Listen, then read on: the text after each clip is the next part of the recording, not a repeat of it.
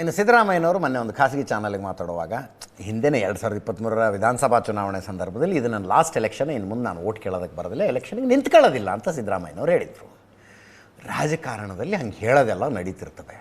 ಏನೋ ಮಾತಾಡಿದ್ರು ಅಂದ ಮಾತ್ರಕ್ಕೆ ಅದು ಏನೋ ಭೀಷ್ಮ ಪ್ರತಿಜ್ಞೆ ಆಗಬೇಕಾಗಿಲ್ಲ. ಮೊನ್ನೆ ಒಂದು ಚಾನಲಿಗೆ ಮಾತಾಡುವಾಗ ಸ್ನೇಹಿತರು ಹಿತೈಷಿಗಳ ಒತ್ತಾಯ ಮಾಡಿದರೆ ಇನ್ನೊಂದು ಎಲೆಕ್ಷನ್ ನಿಂತ್ಕೊಳ್ಬೇಕಾಗಿ ಬರುತ್ತೇನೋಪ್ಪ ಅನ್ನೋ ಥರ ಅಂದುಬಿಟ್ಟಿದ್ರು. ಈಗ ವೈ ನಾಟ್ ಅಂತ ಅವರ ಬೆಂಬಲಿಗರು ಸತೀಶ್ ಜಾರಕಿಹೊಳಿ ಅವರು ಹೇಳ್ತಾರೆ, ಇನ್ನೊಂದು ಲೀಡರ್ಶಿಪ್ ರಾಜ್ಯದಲ್ಲಿ ಕಾಂಗ್ರೆಸ್ಸಿಗೆ ತಯಾರಾಗೋ ತನಕ ಸಿದ್ದರಾಮಯ್ಯನವರ ಮಾರ್ಗದರ್ಶನ ಇರಬೇಕು ಅಂತ. ಸಿದ್ದರಾಮಯ್ಯನವರ ಮಾರ್ಗದರ್ಶನ ಇರಬೇಕು. 2028ರ ಚುನಾವಣೆಯನ್ನು ಸಿದ್ದರಾಮಯ್ಯನವ್ರ ನೇತೃತ್ವದಲ್ಲೇ ಹೋಗ್ತೀವಿ ಅಂತ ಎಂ ಬಿ ಪಾಟೀಲ್ ಹೇಳಿದರು ಮೊನ್ನೆ.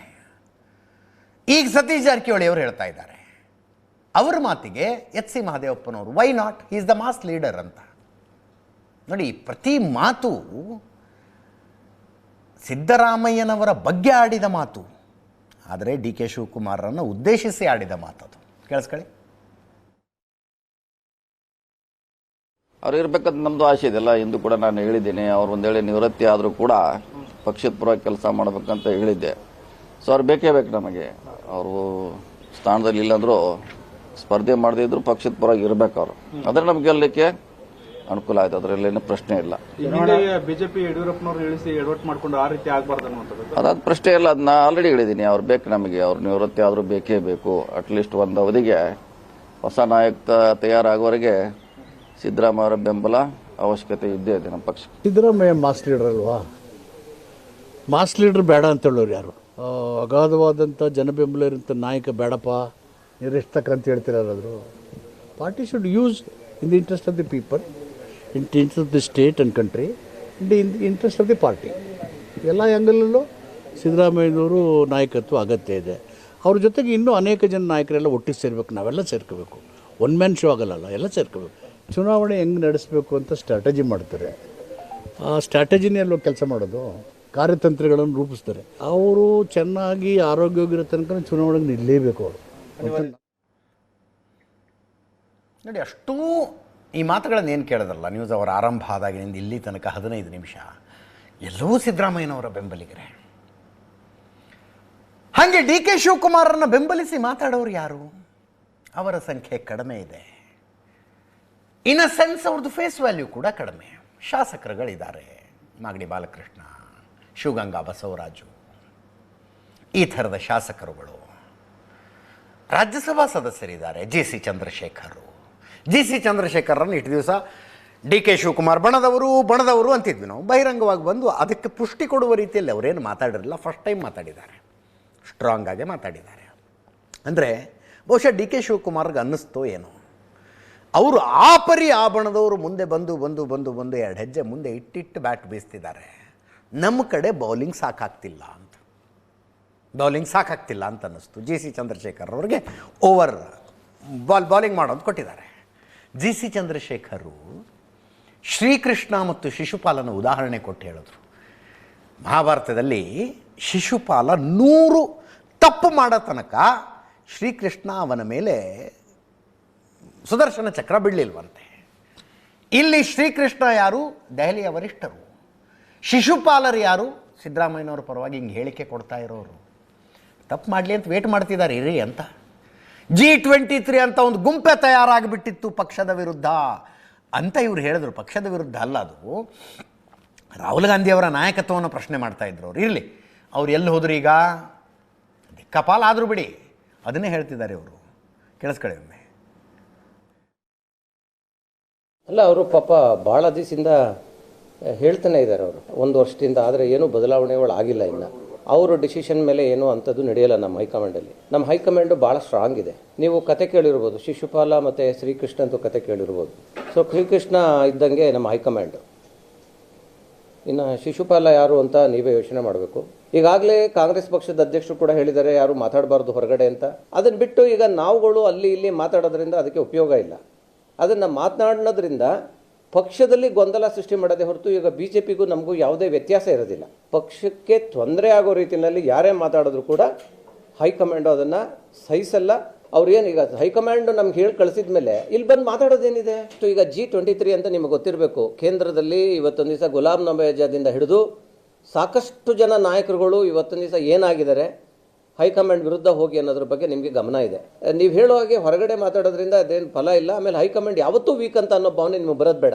ಯಾಕೆಂತಂದರೆ ನಮ್ಮ ಕರ್ನಾಟಕದವರೇ ಆದಂಥ ಸನ್ಮಾನ್ಯ ಮಲ್ಲಿಕಾರ್ಜುನ್ ಖರ್ಗೆ ಅವರು ಭಾಳ ಎಕ್ಸ್ಪೀರಿಯೆನ್ಸ್ ಇರುವಂಥ ಮನುಷ್ಯ.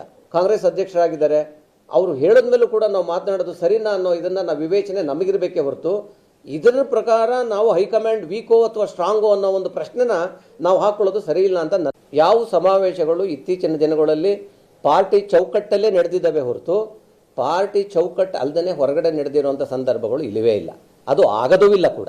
ಈಗ ಅವರು ಡಿನ್ನರ್ ಮೀಟಿಂಗ್ ಕರೆದಿದ್ದು ವಿಚಾರದಲ್ಲಿ ಆಮೇಲೆ ಬೇಡ ಅಂತ ಹೇಳಿದ್ದು ಅದು ನಮ್ಮ ಪಕ್ಷದ ಹೈಕಮಾಂಡು ಮತ್ತು ಪರಮೇಶ್ವರ್ ಅವ್ರಿಗೆ ಗೊತ್ತಿರುವಂಥ ವಿಚಾರ. ಅದನ್ನು ಡಿನ್ನರ್ ಮೀಟಿಂಗ್ನ ಕರೆಯೋದು ತಪ್ಪು ಅಂತ ಹೈಕಮಾಂಡು ಹೇಳಿಲ್ಲ ಅಥವಾ ಪರಮೇಶ್ವರ್ ಅವರು ಹೇಳಿಲ್ಲ. ಯಾವ್ಯಾವ ಸಂದರ್ಭದಲ್ಲಿ ಏನು ಮಾಡಬೇಕು ಅನ್ನೋದು ಭಾಳ ಇಂಪಾರ್ಟೆಂಟ್. ಆಮೇಲೆ ಅದು ಇಶ್ಯೂ ಬೇಸ್ ಮೇಲೆ ಹೋಗುತ್ತೆ. ಅದರಿಂದ ಅವ್ರ ಉದ್ದೇಶನೂ ಕೂಡ ತಪ್ಪಿರಲಿಲ್ಲ, ಹೈಕಮಾಂಡ್ ಹೇಳಿರುವಂಥ ಉದ್ದೇಶನೂ ಕೂಡ ತಪ್ಪಿಲ್ಲ. ಪರಮೇಶ್ವರ್ ಮಾಡಲಿ ಯಾರೇ ಮಾಡಲಿ ಅದನ್ನು ಪಕ್ಷಕ್ಕೆ ಒಳ್ಳೇದಾಗಲಿ ಅಂತ ಪಕ್ಷದ ಚೌಕಟ್ಟಲ್ಲೇ ಮಾಡ್ತಾರೆ ಹೊರತು ಅದನ್ನು ಡಿನ್ನರ್ ಮೀಟಿಂಗ್ ಕರೆದಿದ್ದಾರೆ ಅಂದ ತಕ್ಷಣಕ್ಕೆ ಅವ್ರು ಏನೋ ಅದನ್ನು ಬೇರೆ ತಪ್ಪು ಕಲ್ಪನೆಯಿಂದ ಮಾಡ್ತಾ ಇದ್ದಾರೆ ಅಂತ ಅಂದರೆ ಅದನ್ನು ನಾನು ಒಪ್ಪಲ್ಲ. ಅವ್ರು ಪರಮೇಶ್ವರ್ ಅವ್ರು ಹಂಗೆ ಮಾಡ್ಲಿಕ್ಕೆ ಸಾಧ್ಯನೇ ಇಲ್ಲ ನನ್ನ ಪ್ರಕಾರ. ಸಿದ್ದರಾಮಯ್ಯನವರು ಅನಿವಾರ್ಯ ನಮ್ಮ ಕಾಂಗ್ರೆಸ್ ಪಕ್ಷಕ್ಕೆ, ಮತ್ತು ಡಿ ಕೆ ಶಿವಕುಮಾರ್ ಕೂಡ ಅನಿವಾರ್ಯ, ಎಲ್ಲ ನಾಯಕರುಗಳು ಕೂಡ ಅನಿವಾರ್ಯನೇ. ಇವತ್ತೊಂದು ದಿವಸ ಅವರಿಬ್ಬರು ಬಲಿಷ್ಠವಾದ ನಾಯಕರುಗಳು, ಅವರ ಟರ್ನ್ ಬರೋ ತನಕ ಎಲ್ಲರಿಗೂ ಒಂದೊಂದು ದಿವಸ ಎಲ್ಲ ಅವಕಾಶಗಳು ಇರ್ತದೆ, ಬದಲಾವಣೆಗಳು ಸಹಜ ಕೂಡ ಇದೆಲ್ಲ ಇದರಲ್ಲೂ ಕೂಡ. ಅಂಥದ್ರಲ್ಲಿ ಎಲ್ಲ ಅದಕ್ಕೆ ಇದು ಮಾಡಿಕೊಂಡೇ ಹೋಗಬೇಕೇ ಹೊರತು ಇಲ್ಲಿ ಯಾರನ್ನು ಒಂದು ಸ್ಟೇಟ್ಮೆಂಟ್ ಕೊಡೋದ್ರ ಮುಖಾಂತರ ನಾವು ಪರಿವರ್ತನೆ ಮಾಡ್ತೀವಿ, ಯಾರೂ ವೀಕ್ ಆಗಲ್ಲ. ಹೈಕಮಾಂಡ್ ಅದನ್ನು ತುಲನೆ ಮಾಡಿ ನೋಡ್ತದೆ, ತೂಕ ಮಾಡಿ ನೋಡ್ತದೆ, ಅದ್ರ ಪ್ರಕಾರ ನಡ್ಕೊಳ್ಳುತ್ತೆ. ಇವಾಗ ಅಧ್ಯಕ್ಷರಾಗಿ KPCC ಅಧ್ಯಕ್ಷರಾಗಿ ಡಿ ಕೆ ಶಿವಕುಮಾರ್ ಮುಂದುವರಿತಾ ಇದ್ದಾರೆ, ಮುಖ್ಯಮಂತ್ರಿಗಳಾಗಿ ಸಿದ್ದರಾಮಯ್ಯನವರು ಮುಂದುವರಿತಾ ಇದ್ದಾರೆ.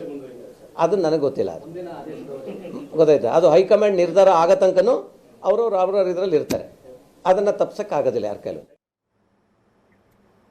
ಇಷ್ಟಾಗಿದೆ ಇವತ್ತು ಹೇಳಿಕೆಗಳ ಲೆಕ್ಕದಲ್ಲಿ ನೋಡೋದಾದರೆ.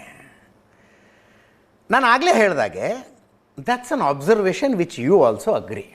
ಸಿದ್ದರಾಮಯ್ಯನವ್ರನ್ನ ಬೆಂಬಲಿಸಿ ಮಾತನಾಡುವವರ ಸಂಖ್ಯೆ ಜಾಸ್ತಿ ಇದೆ, ಅವ್ರಿಗೆ ವೇಟೇಜ್ ಜಾಸ್ತಿ ಇದೆ.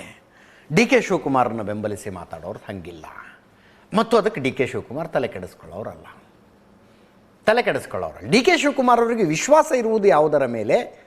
ಕಾಂಗ್ರೆಸ್ ಪಕ್ಷದ ಬಗ್ಗೆ ತಮಗಿರುವ ಅಖಂಡ ನಿಷ್ಠೆ ಏನಿದೆಯಲ್ಲ, ಇಷ್ಟು ವರ್ಷ ತೋರಿಸಿಕೊಂಡು ಬಂದಿರುವಂಥ ಆ ನಿಷ್ಠೆ ನನಗೆ ಫಲ ಕೊಡುತ್ತೆ ಅಂತ ನಂಬ್ಕೊಂಡಿದ್ದಾರೆ ಅವರು. ಅಂತಿಮವಾಗಿ ಯಾರ ಕಡೆ ಎಷ್ಟು ಜನ ಇದ್ದಾರೆ ಅಂತ ಲೆಕ್ಕ ಹಾಕುವ ಎಣಿಸುವ ಪ್ರಸಂಗ ಬರೋದಿಲ್ಲ. ಹೈಕಮಾಂಡ್ ಹೇಳಿದ್ದೆಲ್ಲವನ್ನು ಹೈಕಮಾಂಡ್ ಕಾಲಲ್ಲಿ ತೋರಿಸಿದ್ದನ್ನು ತಲೆ ಮೇಲೆ ಹೊತ್ಕೊಂಡು ಮಾಡಿದ್ದೀನಿ ನಾನು. ಅಂಥ ನನಗೆ ಮಾಡಿರುವ ಕೆಲಸಕ್ಕೆ ಕೂಲಿ ಕೇಳುವ ಸಮಯ ಬಂದಿದೆ ಈಗ ಅಂತ ಅವ್ರದ್ದು. ಹಿಂದೂ ಹಂಗಾಗಿದ್ದಾವೆ ರಾಜ್ಯ ರಾಜಕಾರಣದಲ್ಲಿ. ಮುಖ್ಯಮಂತ್ರಿಯ ಬದಲಾವಣೆ ಮಾಡಬೇಕು ಅಂತ ಹೈಕಮಾಂಡ್ ನಿರ್ಧರಿಸುವುದಕ್ಕಿಂತ ಮೊದಲು ಆ ಮುಖ್ಯಮಂತ್ರಿ ಜನಪ್ರಿಯ ಮುಖ್ಯಮಂತ್ರಿ. ಬಟ್ ಒಂದು ಸಲ ಹೈಕಮಾಂಡು ತನ್ನ ನಿರ್ಧಾರ ಪ್ರಕಟಿಸಿದಾಗ ಅವರನ್ನು ಬೆಂಬಲಿಸಿಕೊಂಡು ಬಂದ ಶಾಸಕರೇ ಹೈಕಮಾಂಡ್ ಆಯ್ಕೆ ಯಾರಾಗಿರ್ತಾರೋ ಮುಖ್ಯಮಂತ್ರಿ ಅಭ್ಯರ್ಥಿ ಅವ್ರ ಕಡೆ ಬಂದಂಥ ಉದಾಹರಣೆಗಳಿದ್ದಾವೆ. ಆದ್ದರಿಂದ ತಮ್ಮ ಹೆಸರನ್ನು ಹೈಕಮಾಂಡ್ ಹೇಳಿದ್ರೆ ಶಾಸಕರೆಲ್ಲ ನನ್ನ ಕಡೆ ಬರ್ತಾರೆ, ಅದರ ಬಗ್ಗೆ ಎರಡನೇ ಮಾತೇ ಇಲ್ಲ ಅಂತ ಡಿ ಕೆ ಶಿವಕುಮಾರ್ ಅವರು ಅಂದ್ಕೊಂಡಿದ್ದಾರೆ. ಮುಂದೇನಾಗುತ್ತೋ ಗೊತ್ತಿಲ್ಲ, ಅವರವ್ರದ್ದು ಲೆಕ್ಕಾಚಾರ ಅಷ್ಟೇ. ಅದರ ಜೊತೆಗೆ ಈಗ ಕೆಲವು ಶಾಸಕರನ್ನು ಕರೆಸಿ ಡಿ ಕೆ ಶಿವಕುಮಾರ್ ಅವರು ಮಾತಾಡ್ತಿದ್ದಾರೆ. ತಮ್ಮ ಇಲಾಖೆಯಿಂದ, ನೀರಾವರಿ ಇಲಾಖೆಯಿಂದ ಅವರ ಕ್ಷೇತ್ರದಲ್ಲಿ ಏನಾದ್ರು ಕೆಲಸ ಆಗಬೇಕಿದ್ರೆ ದುಡ್ಡು ಕೊಡ್ತಿದ್ದಾರೆ, 50 ಕೋಟಿ ರೂಪಾಯಿ ಕೊಟ್ಟಿದ್ದಾರಂತೆ. ಎಲ್ಲ ಮಾತಾಡಿ ಕಷ್ಟ ಸುಖ ವಿಚಾರಿಸಿ ಉಭಯ ಕುಶಲೋಪರಿ ಸಾಂಪ್ರತ ಅಂದು ಎದ್ದು ಹೋಗುವಾಗ ಒಂದು ಮಾತು ಅಂತಾರಂತೆ ಡಿ ಕೆ ಶಿವಕುಮಾರ್ ಅವರು, ಸಮಯ ಸಂದರ್ಭ ಬಂದರೆ ನನ್ನ ಬೆಂಬಲಕ್ಕೆ ನಿಂತ್ಕೊಳ್ಳಿ ಅಂತಾರಂತೆ. ಕೆಲವು ಶಾಸಕರು ಮಾತಾಡ್ತಿದ್ದಾರೆ, ವಿಧಾನಸಭಾ ಚುನಾವಣೆಯ ಸಂದರ್ಭದಲ್ಲಿ ರಿಸೋರ್ಸ್ ಕಡಿಮೆ ಆದಾಗ ಡಿ ಕೆ ಶಿವಕುಮಾರ್ ಕೈ ಹಿಡಿದಿದ್ದಾರೆ, ನಮ್ಮ ಕಷ್ಟಕ್ಕಾಗಿದ್ದಾರೆ, ಅವ್ರ ಕಷ್ಟಕ್ಕೂ ನಾವು ಆಗೋಣ ಅನ್ನೋ ರೀತಿಯಲ್ಲಿ ಕೆಲವು ಶಾಸಕರಿಂದ ಮಾತುಗಳು ಬರ್ತಾ ಇದ್ದಾವೆ. ಇಷ್ಟೆಲ್ಲ ಆದಮೇಲೂ ನೀವು ಕರೆಕ್ಟಾಗಿ ಬೈಫರ್ಗೆಟ್, ಸಿದ್ದರಾಮಯ್ಯ ಕಡೆ ಇವರು, ಡಿ ಕೆ ಶಿವಕುಮಾರ್ ಕಡೆ ಇವರು ಅಂದರೆ ಸಂಖ್ಯೆ ಜಾಸ್ತಿ ಸಿದ್ದರಾಮಯ್ಯನವ್ರ ಕಡೆನೇ ಇದೆ.